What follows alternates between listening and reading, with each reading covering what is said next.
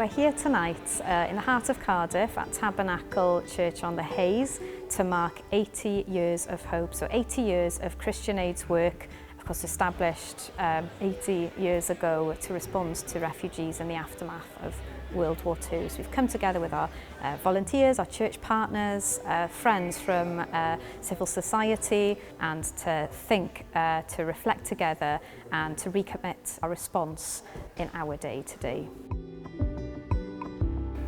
The work of Christian Aid gets no less urgent as time goes on. I've often said in a way it's a pity we're celebrating the 80th anniversary. Problems that could have been solved with poverty, displacement, violence, deprivation. We have had the resources in the wealthier world to solve these, and we're not doing it. I see our future as being work continuing in many ways what we've been doing over the last 80 years, working in partnership with affected communities around the world, both to alleviate the symptoms of poverty but also tackle those root causes. I